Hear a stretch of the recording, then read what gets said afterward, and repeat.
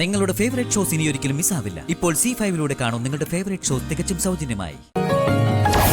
ഞാനിവിടെ നിന്നെ ഹർഷനെ ഒന്നിപ്പിക്കാനുള്ള ശ്രമത്തിലാണെന്ന് ഓർത്തോണം. ആ ഉപകാരസ്മരണയിൽ വേണം നീ സത്യാമ്മയുടെ വീട്ടിൽ ഓരോ കാര്യങ്ങളും ചെയ്യാൻ.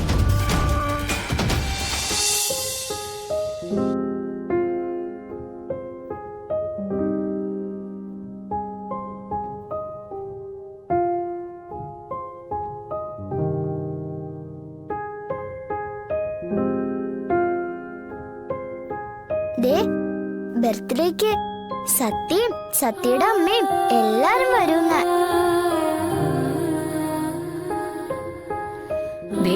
ഇനിയിപ്പോ പപ്പിയുമൊക്കെ ഭക്ഷണം കഴിക്കാലോ. പൊന്നി അതിങ്ങ് കൊണ്ടോ. ഇങ്ങ് വാ, ഇങ്ങോട്ടേ. അമ്മൂമ്മ വാരി തരട്ടെ പൊന്നൂന്.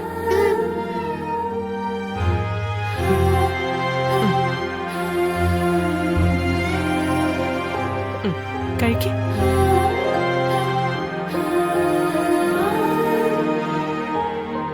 സന്തോഷായില്ല എന്റെ മുത്തിന്?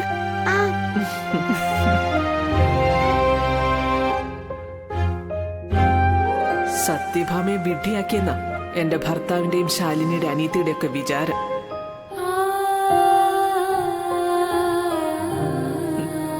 അവള് നാളെ ഇങ്ങ് വരട്ടെ, അവളുടെ മോളെയും കൂട്ടിക്കൊണ്ട്. അവളെ ഇവിടെ നടിവേരിളക്കി എന്നേക്കുമായി പിഴുതു കളയുന്നത് എങ്ങനെയാണെന്ന് സത്യഭാമ കാണിച്ചു തരാം.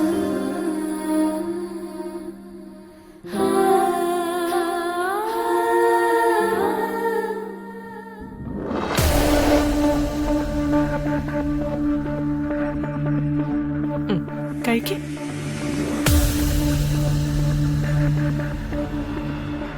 വെള്ളം ഇങ്ങോട്ട് ഇങ്ങോട്ടോ. കുടിക്ക. മതിയോ? മുഴുവൻ കഴിക്കണേ. ഇതൂടെ.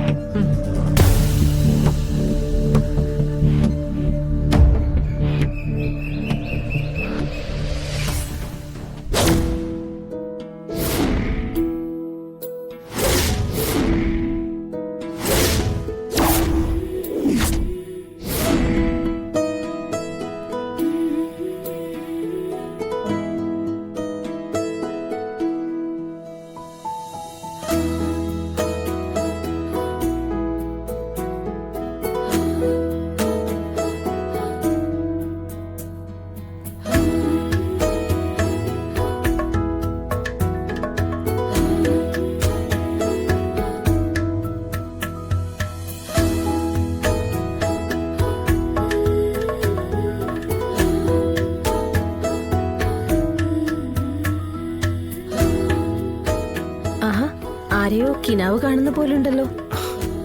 കാര്യം എന്താന്ന് ഇയാൾക്ക് ഊഹിക്കാലോ. ശാലിനിയല്ലേ? ശാലിനി വരും. എടോ, ശാലിനി ഇങ്ങോട്ട് ക്ഷണിക്കാൻ അമ്മ തീരുമാനിച്ചതൊരു നല്ല ലക്ഷണമായിട്ടല്ലേ ഇയാൾക്ക് തോന്നണേ? ശാലിനി അല്ലല്ലോ ക്ഷണിച്ചത്, പപ്പി മോള് സത്യ ക്ഷണിച്ചു. അക്കൂട്ടത്തിൽ അവളുടെ അമ്മയോടും വരാൻ പറഞ്ഞു. അതവള് കുട്ടിയായതുകൊണ്ടല്ലേ. അങ്ങനെയാണോ? പാവം. അല്ല, ഇനിയിപ്പോ അങ്ങനെയാണെങ്കിൽ തന്നെ അല്ലാന്ന് ഇയാളൊന്ന് പറയടോ. ആരെങ്കിലും ഇപ്പോ അങ്ങനെയൊക്കെ ഒന്ന് പറഞ്ഞു കേൾക്കുന്ന ഒരു ആശ്വാസ. മുങ്ങിച്ചാവാൻ തുടങ്ങുന്നവനൊരു കച്ചിത്തുരുമ്പ് വീണ് കിട്ടുന്ന പോലെ. നേരത്തെ അങ്ങനെയൊക്കെ പറയാൻ കമലിനുണ്ടായിരുന്നു, ശ്യാമയും രോഹിത്തും അച്ഛനും ഒക്കെ ഉണ്ടായിരുന്നു. ഇപ്പൊ പപ്പിമോള് പോലെ എന്റെ ശത്രുവാ. കാരണം എന്താ? ഇയാള് കാരണം. വിഷ്ണുട്ടാ, ഇയാളെ സങ്കടപ്പെടുത്താൻ വേണ്ടി പറഞ്ഞതല്ല. ശാലിനിയുടെ സ്ഥാനത്ത് അങ്ങനെ വേറെ ആരും കാണാൻ അവരെ കൊണ്ട് പറ്റില്ല. ഒരാശ്വാസമൊക്കെ പറയാൻ ഇപ്പൊ താൻ മാത്രമേ ഉള്ളൂ എന്നാണ് ഞാൻ ഉദ്ദേശിച്ചത്. അങ്ങനെ ഒരു ആശ്വാസത്തിലാണല്ലോ താനും ദിവസങ്ങൾ തള്ളി നിൽക്കുന്നേ. ഹർഷൻ,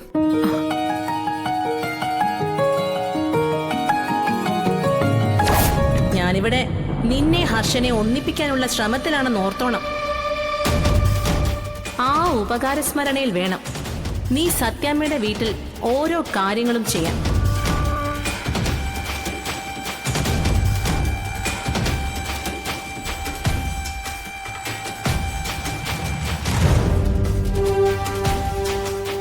ഇയാളൊന്നും മിണ്ടാത്ത?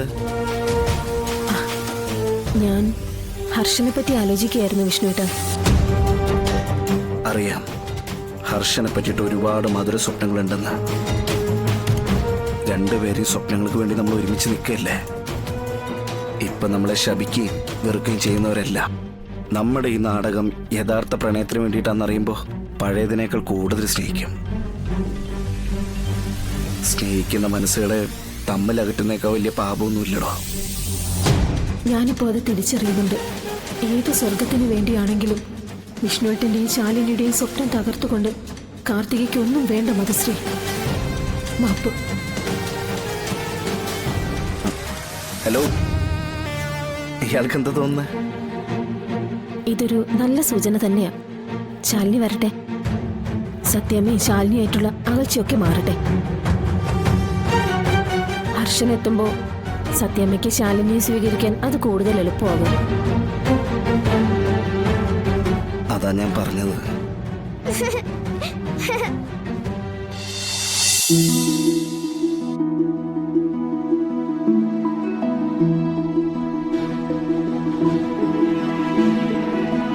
ഹായ്.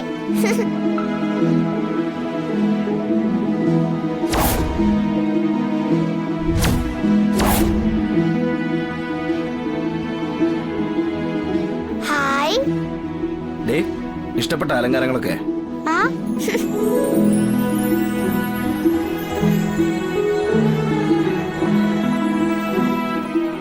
ആഹാ, സത്യയുടെ പേരും ഉണ്ടല്ലോ. എല്ലാം വിഷ്ണുബ്രോയുടെ പ്ലാനിങ്ങാ. ഈ പ്ലാനിങ് ബുദ്ധിയൊന്നും എടുത്താടി കല്യാണം കഴിയുമ്പോ കണ്ടില്ലല്ലോ.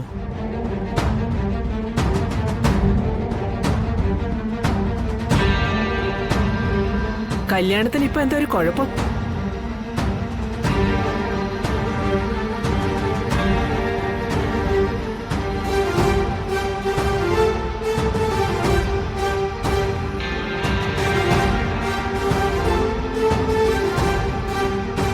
എന്താ, ആർക്കൊന്നും പറയാനില്ലേ?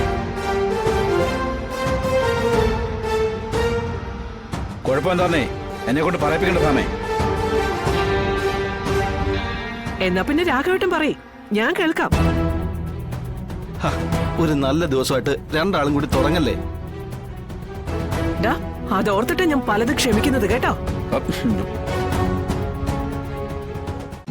ഡൗൺലോഡ് ചെയ്യൂ C5 ആപ്പ്. കാണൂ എല്ലാ എപ്പിസോഡുകളും സൗജന്യമായി.